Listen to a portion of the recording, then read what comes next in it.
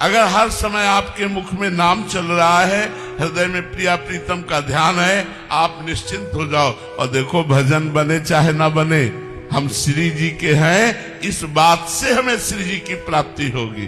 काहू केवल भजन को काहू के आचार, और व्यास भरोसे कुंवर के सोवत पाओ कुसा। आप लोग बड़े सौभाग्यशाली हैं, आप लोगों को श्री जी ने चुना, अपनी शरण में लिया। अब निश्चित आपका परम कल्याण होगा।